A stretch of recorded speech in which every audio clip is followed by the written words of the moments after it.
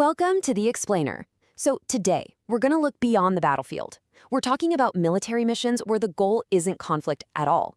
It's about saving lives when everything falls apart. Okay, so picture this. A massive disaster hits. An earthquake, a flood, you name it. Those first few hours, they're everything. And in that total chaos, when all the normal services are just completely overwhelmed, someone else has to step in. A very different kind of first responder answers the call.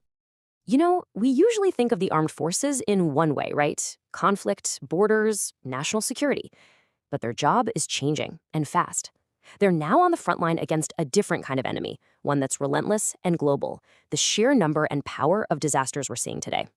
So what makes the military the right tool for these life-or-death moments? I mean, why them? Well, it really boils down to three things they have that almost no one else does. First, logistics. I mean, they can move massive amounts of people and gear like nobody's business. Second, discipline. They're trained to function when everything is falling apart. And third, they have the training to get into places that are just impossible for anyone else to reach. And this slide really breaks it down. You've got the two sides of the coin here. On one side, the traditional role, right? Safeguarding borders. We all get that. But on the other side, you have this huge growing mission, humanitarian assistance and disaster relief. We call it HADR. It's a massive shift, really. They're not just a shield against outside threats anymore. They're also a lifeline when disaster strikes at home or even around the world. All right, so let's get into how this all came to be. I mean, India's role as a leader in disaster response, it didn't just happen because of some memo or policy paper. No, it was literally forged in tragedy. It was born out of pure necessity. And this was the moment, the one event that changed everything. We're talking about the 2004 Indian Ocean tsunami. Its scale was just unimaginable, and it demanded something that had never really been done before, a massive coordinated response from the Army, the Navy, the Air Force, and the Coast Guard. All of them working together. And that incredible effort, it basically became the playbook for modern disaster response. And ever since then, it's been, well, nonstop. The Indian Armed Forces are pretty much in a constant state of response.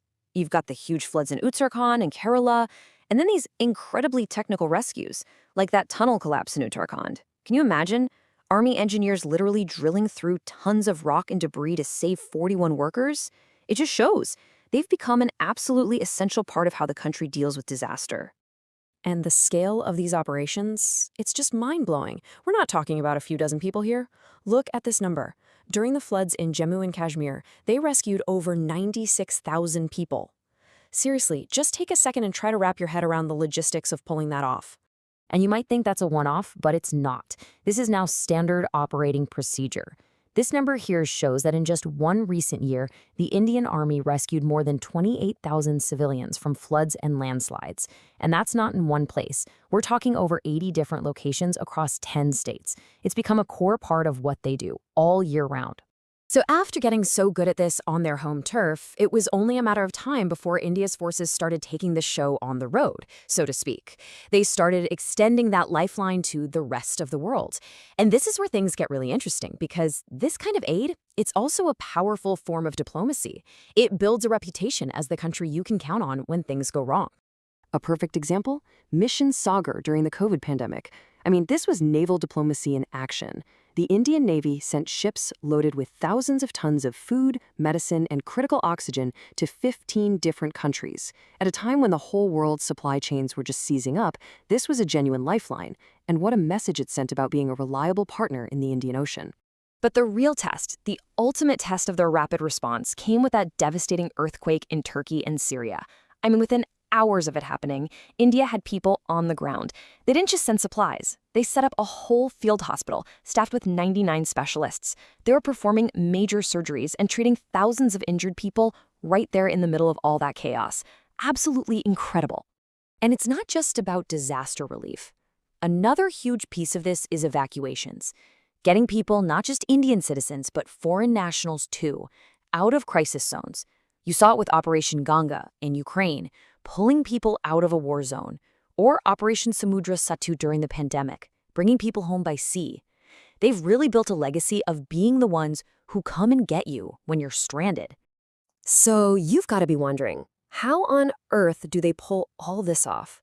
These huge, complex operations don't just happen by magic, right? Nope. It all comes down to a super coordinated, really well-designed system. Yeah, and at the core of that system are a few key principles. These aren't just buzzwords, they're the rules that make sure help gets delivered the right way. Take unity of effort. That just means everyone works together, no lone wolves.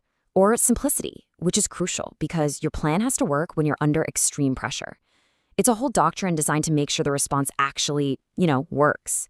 And it's absolutely a team effort. This is what's called a whole-of-government approach. The military is a huge piece of the puzzle, but they're part of a bigger machine.